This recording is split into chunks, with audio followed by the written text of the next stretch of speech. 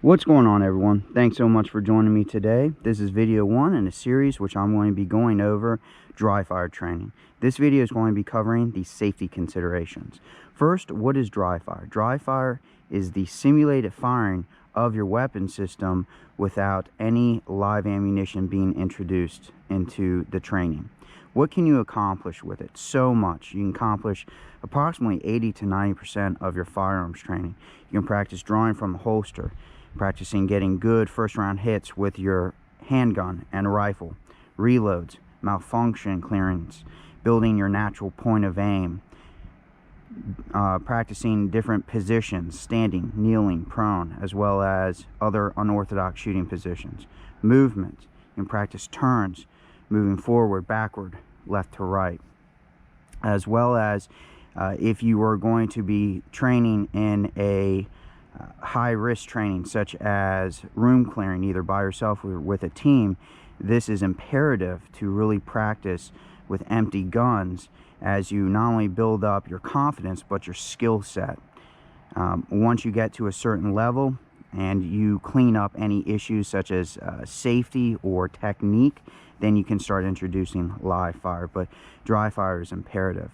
Moving on with safety, when you're dealing with new and inexperienced shooters, when you're coaching them, dry fire is excellent so that you can teach them such things as loading magazines, loading and unloading the weapon itself, as well as cleaning up any safety issues such as keeping the finger off the trigger and making sure they're not pointing guns at anything that they're not supposed to, so that when you do introduce live ammunition into the training, they are pretty squared away on the safety and you can really focus on the fundamentals. So moving on from that, the actual safety preparations, the most important thing that you can do is ensure that there is zero live ammunition being introduced into your dry fire training. So if you're going to be inserting magazines into the gun, checking the magazines, make sure there's no live ammo in the magazines. Magazine pouches, holsters.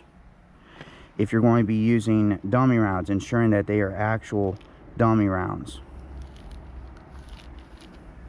Next, the actual weapon system. Check the chamber, check the magazine well.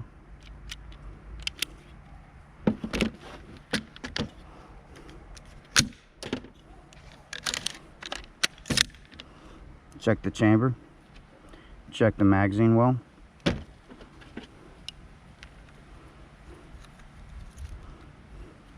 This is an excellent tool, especially when you're doing room clearing. This is the chamber flag. You can use anything, but this is a really excellent tool.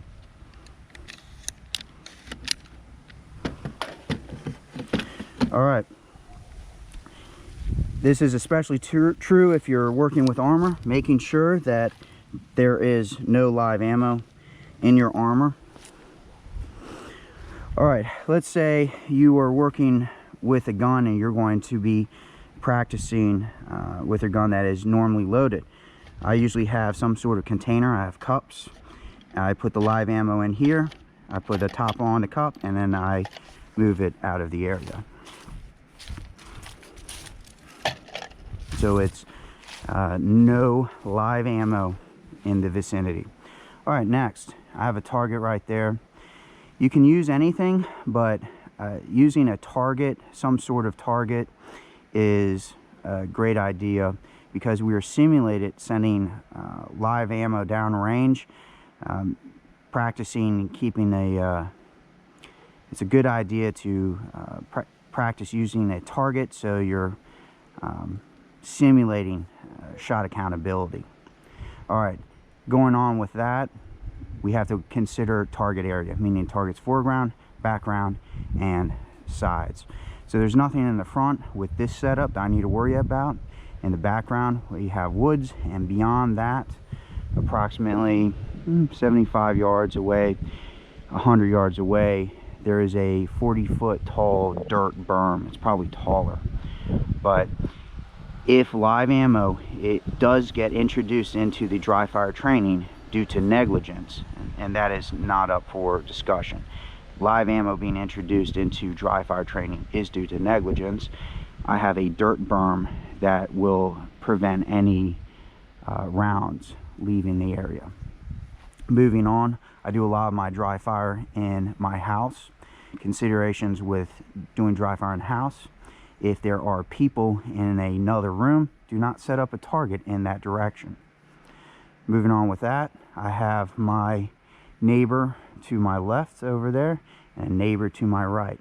Once again, I do not want to set up targets in that area just in case, due to negligence, live ammo does get introduced. It sends rounds into neighbors' homes. If you have neighbors all over the place, you can set your target down low so that if there is a live round, it gets sent at a downward trajectory. Well, I just skimmed the surface on this. Thanks so much for joining me. Join me on the next videos. If you have any questions at all, please ask them in the comment section and I'll answer them as soon as I can. Thank you so much, especially to the new subscribers. Make sure you like, subscribe, better yet share. I'll see you on the next one. I'm out.